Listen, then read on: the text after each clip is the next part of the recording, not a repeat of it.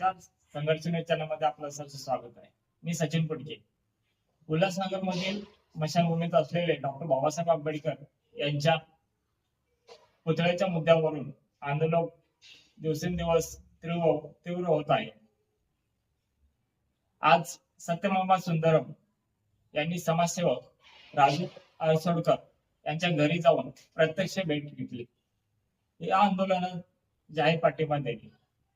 यावेळी स्पष्ट इशारा दिला आहे की बाबासाहेबांचा पुतळा तत्काळ हटवण्यात यावा, अन्यथा आंदोलन आणखी तीव्र. गेल्या काळात काही विविध संघटना व राजकीय पक्षही या आंदोलनामध्ये सहभाग होण्याची शक्यता त्यांनी. नमस्कार, जय भीम. मी सत्यमा सौंदरमल. आज आम्ही इकडे उल्हासनगरला आलेलो आहोत. इकडे कायद्याने वागा लोक चळवळीचे कार्यकर्ते आणि गेल्या कित्येक वर्षापासून ते कायद्याच्या चौकटीत राहून काम करतात आणि गेल्या 3 दिवसापासून ते उपोषणाला बसलेले आहेत.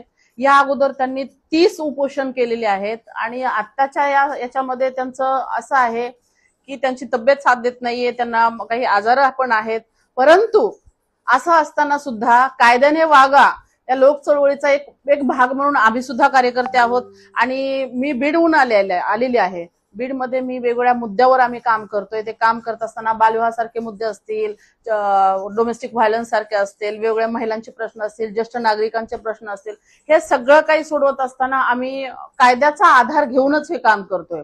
आणि असं झालेलं आहे की उल्हासनगरमध्ये डॉक्टर बाबासाहेब आंबेडकर म्हणजे ज्यांनी अख्खं आयुष्य, ज्यांची अख्खी हयात त्यांनी कायदेशीर वागण्यात, वर्तनात आणि संवैधानिक वर्तनात त्यांनी घातली. त्यांचे जे काही लढे होते बाबासाहेबांनी लढलेले, ते फक्त संवैधानिक मार्गाने लढलेले होते. आणि असं म्हणतात की जगामध्ये फक्त डॉक्टर बाबासाहेब आंबेडकरांचेच लढे हे रक्तविहीन क्रांती त्यांनी केलेल्या होत्या.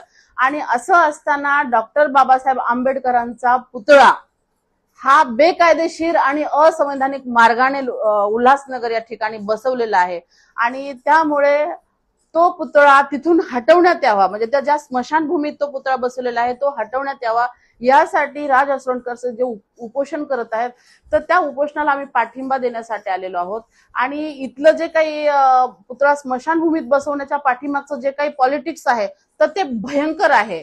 आणि हा एक काय होतं ना की एक ट्रेंड लोक सुरू करतात किंवा त्याच्या पाठीमागे जे असतं ना डॉक्टर बाबासाहेब आंबेडकरांच्या भोवतीचं जे वलय आहे, जे व्हॅल्यू आहे, जे मूल्य आहेत, तर ते कुठंतरी त्याला डॅमेज करायचं आहे. आणि याच्यासाठी इथले जे काही सत्ताधारी आहेत, जे काही त्या पुतळा बसवणाऱ्यामध्ये ज्यांचा महत्वाचा वाटा आहे, ती लोक आहेत. तर त्याच्यासाठी राज असरोणकर सर आणि त्यांचे काही कार्यकर्ते जे आहेत, आम्ही आहोत सोबत, तर ते लढत आहेत. आणि याच्या पाठीमागे म्हणजे गेल्या वर्षी सुद्धा त्यांनी या बाबतीत उपोषण केलं होतं. त्यांना पत्रव्यवहार दिले, आम्ही त्याच्यावर कारवाई करू असं त्यांनी म्हटलं गेलं, परंतु ते काही होत नाही. त्याच्यामुळे आता आज 3 दिवस झालेले आहेत राज असरोणकर सर उपोषणाला बसलेले आहेत. आणि आमचं असं म्हणणं आहे की जोपर्यंत तो पुतळा हटवण्यात येणार नाही, आम्ही त्यांच्याशी चर्चा केली तर त्यांचं असं म्हणणं आहे, जोपर्यंत तो पुतळा तिथला स्मशानभूमीतील हटवण्यात येणार नाही तोपर्यंत आम्ही माझं उपोषण थांबवणार नाही. सो आमचं असं म्हणणं आहे की प्रशासनाने या बाबतीत लवकरात लवकर कारवाई करावी, अन्यथा जर हे उपोषण, हे आंदोलन जर चिघळलं तर याला जबाबदार प्रशासन राहील. आणि त्यांच्या तब्येतीची जास्त काळजी आहे आम्हाला, कारण का त्यांचं प्रत्येक काम आम्हाला एक ते प्रेरणादायी व्यक्तिमत्व आहेत, एक मार्गदर्शक आहेत की आम्हाला काम करत असताना खूप काही गोष्टी ते सांगत असतात की हे काम करत असताना काय काय करावं लागतं आणि ते स्वतःही कधीच ते कायद्याचे चौकट मोडत नाहीत. त्याच्यामुळे आमचं असं म्हणणं आहे किंवा त्या आमच्या हजारो कार्यकर्त्यांची प्रेरणा आहेत, त्यामुळे त्यांच्या उपोषणाकडे तातडीनं प्रशासनानं लक्ष देत कारवाई करावी आणि तिथला जो स्मशानभूमीतील डॉक्टर बाबासाहेब आंबेडकरांचा जो पुतळा आहे तर तो तात्काळ हटवण्यात यावा, अन्यथा महाराष्ट्रभर या बाबतीत आंदोलन केली जाते.